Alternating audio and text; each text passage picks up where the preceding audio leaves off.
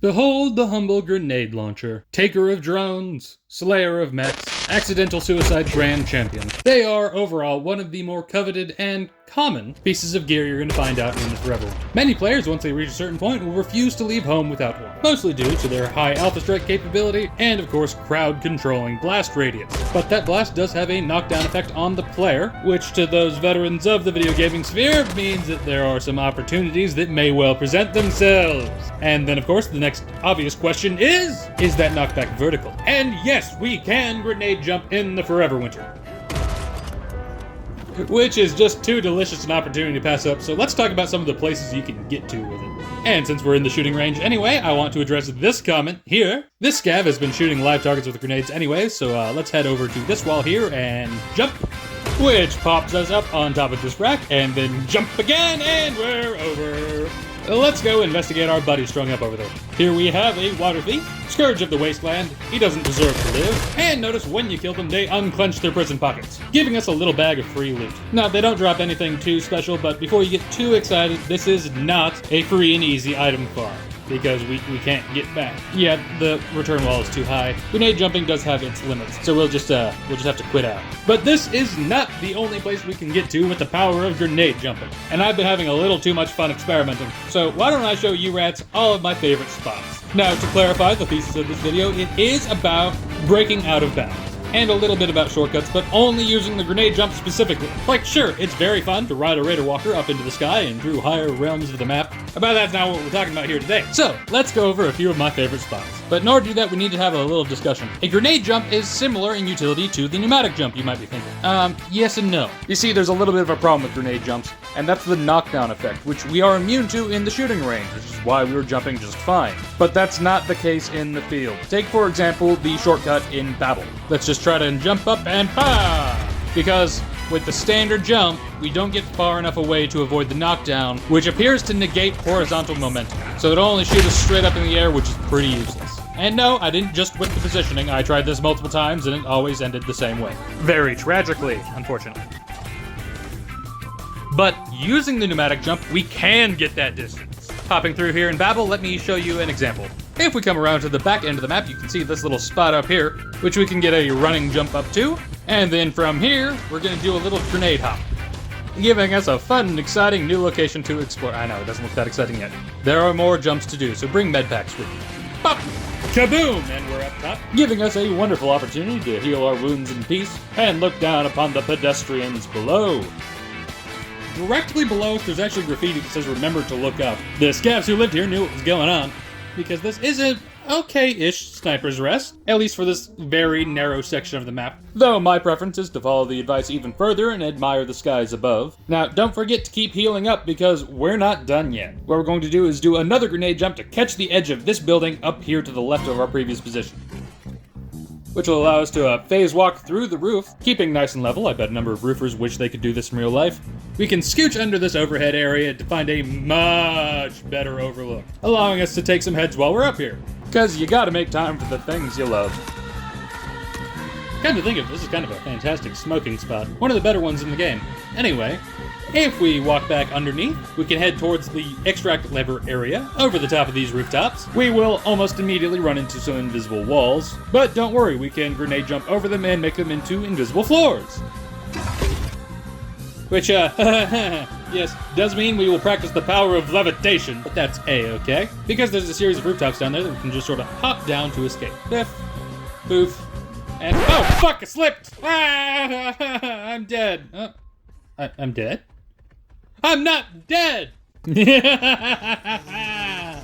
Fantastic.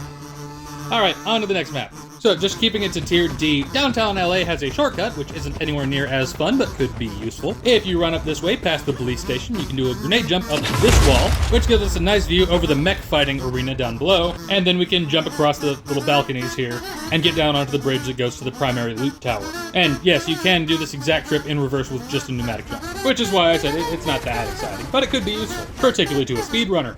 Next up, we have Frozen Swamp, and if you enter via the injection well, we can run across the upper level to this bit of machinery right here, and if we stand on top of it, we can do a little jump, and we enter a another top level. Be careful walking around up here. Not all of these floors are actually solid, and it's easy to fall to your death. But if you go over to this area and line up another jump, we can hop on up and find ourselves on top of the world. Despite what it might look like, this is as high as we can go. None of the rest of the floors actually exist. The rest of the tower is an illusion, but we do get a great view from up here. You can really take the skybox in. Now, like I said, you do have to be careful because not all of the floors up here are real, and you can fall! And the fall really hurts, but there's a lot of stuff to land on that is solid. And while it might look like we're trapped, if we heal up, we can jump on out and the walls don't actually exist, placing us down on top of the upper pipes. And then, of course, from here, we can run down towards the shantytown and extract more or less normally.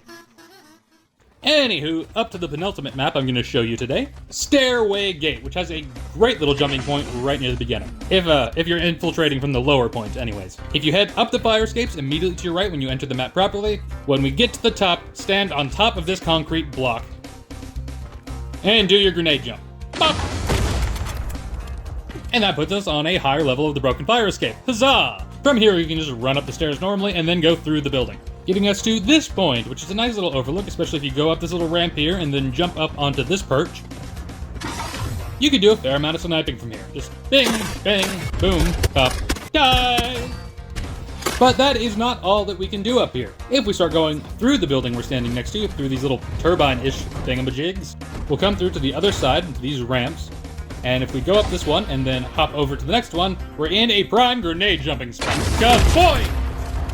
Putting us on top of this little, I don't know, fleshy, rocky majig. Ugh. Honestly, the cool new perspectives on the artwork, like this statue up here, which is normally so out of the way, I don't think most players notice it. That's what makes climbing up this map such a delight. And we can keep climbing up it with the pneumatic jump to get to the top up here. And if you're thinking you can stand on top of the random stone titties, no you can't, unfortunately. They're just illusions. But standing in front of this one, I mean, you get a really great view of the map. Frankly, this is a beautiful screenshot just waiting to happen. This perspective really lets you take in the statue on the top of the map, too. Overall, another excellent smoking spot. 10 out of 10. But this isn't my favorite grenade jumpable location. Oh no. No, no, no, no, no, no, no, no, no. No, no, no, no, no. That has to be, without any doubt, Mech trenches. We're going to enter via the elevator, right? And we're going to run up past the infirmary, just down the alleyway. We're not going to go into anything. And then up this staircase. And we're going to want to get about here-ish. And... Kaboing! We're on top now. And from here, it's just one small step for Rose and one great leap for Scavkind, putting us somewhere we were never meant to be. Check this out. We've entered the back rooms, boys. Let's run on down here. And if we run over the top of this building here, we can see letters! Huzzah, letters! Look at this, it's the infirmary! Bet you didn't know we could look down on you like this, huh? I guarantee you most players have no idea this is up here. It's so much fun being able to break boundaries. It's one of my favorite things about playing video games. Alright, let's go over this way. We can find another floating marker! This time for the grind. I don't know about you, but personally I'm a huge fan. Check it out, there's a floating grinding roller here, corpses and all. Isn't it neat? This might be my favorite spot in the entire game right now. You can even hop on it. It's adorable. I wonder if it's squishy, or more like firm and metallic, but blood slicked. Either way is good. Let's continue on and check down this lower area down here. All those little dirt piles you see sticking out, those are actually solid. We could potentially go and walk over onto those, but I don't think there's any way to them from here, so why don't we hop back up and jump in? I'm not doing that. I'm not moving backwards. I found a slide. I'm having a little too much fun. Anyways, let's go check out the area across from the entry. Past the infirmary towards like the loot rooms, and we're going to have to jump our way up. There is a little invisible wall. We can hop up to here, and then we can hop up onto this ledge, and then crouch under an invisible wall to enter into this space. Mystery space. And then on the far end, there's this little hole to fall down into, and if we go down here, we can see... Hey! Look, we're above the loot room. You can just about see through the vent holes. You can see down in there. Unfortunately, we can't affect that room in any meaningful way. We're not quite Gordon Freeman in the vents, because these aren't really ducts, are they? So let's head back topside. And honestly, the kind of like megalithic floating structures above have quite the vibe to them. Now you can stop by here just for a visit and then hop back the way we came, but I kind of want to explore around a bit more. And if you look around all of these little kind of jutting out pathway-ish areas, they're all solid, they all exist. We can just kind of run and explore around. Admittedly, I did already show you kind of the creme de la creme area, which to me is just the giant floating marker saying, "Grind through," and the corresponding corpse roller. But what happens if you fall down there? And, whoop! I guess we're gonna find out. At first, you see nothing. Then everything goes gray. We even lose sight of our character. Life is but a mystery and nothing changes until, whoa! We fall through the world and into the sky. And it's actually really gorgeous. Like seriously, props to whoever at Fundog did the skybox, because this is just beautiful. It's a really nice place to be. Like, I love the streak effects, I love the clouds. This is really nice. Like, it's so nice that, rats, honestly, I think we should just kind of sit back and enjoy this for a second. This is probably the most peace you'll find in the forever winter. I mean, we are falling to our inevitable deaths, but hey-ho, you take the wins you got, right? Firing off our grenade launcher again, we can set off some fireworks. You can see it kind of falls with us in a very interesting way. There is still diagonal movement to it, but it's very slow and it's kind of pretty. Definitely not what a grenade looks like in flight. Now, in case you're wondering, no, we will never hit anything. We're just gonna fall like this forever, so we're gonna have to go and exit out via the menu. But I think it was worth it just to experience this. And then, of course, if you were wondering, this is what the upper area looks like during night shift. Not all that different. And if you fall down through the skybox, whoa, we fall through the fog layer, which looks kind of funny. It looks like a Dark Souls boss wall. Maybe it is. Maybe that's what the maps really are. Who knows? But that wraps up all of my kind of favorite grenade jumping locations. Now, rats, I'm gonna be real with you. I don't know how common the knowledge of these spots is. I did not look up anyone else's boundary breaks going into this. I found these just by experimenting on my own, and I am absolutely positive there are more in the game. Now, admittedly, I found these because I have a bit of experience breaking games on purpose and I know what to look for. But I'm absolutely certain there's gonna be lots more out there for other scavs to find. And if you liked these, you should go visit them now because Fundog might patch them. Such are the risks of sharing this with everyone. I personally would hope not. I think these areas add a bit of whimsy to the game, particularly for veteran players. But I don't know anyone at Fundog, so I couldn't say what their opinion on such matters are. I'm just a player like the rest of y'all. Anyways, this was a bit of a shorter video, but if you scavs liked it, do consider if you're able to join these fine scavs appearing before you now on my Patreon. This channel does not bring in any ad revenue, nor accept any sponsorships. So these fine raps are the only thing keeping the lights on around here. Right now, we're saving up to buy some audio equipment to maybe make these videos sound a little better. And if not, no worries, the videos will keep coming out regardless. Have a wonderful time out there, rats, and I'll see you in the next one. Oh my god, look how nice Scav Girl's shoes are. Kinda want a pair.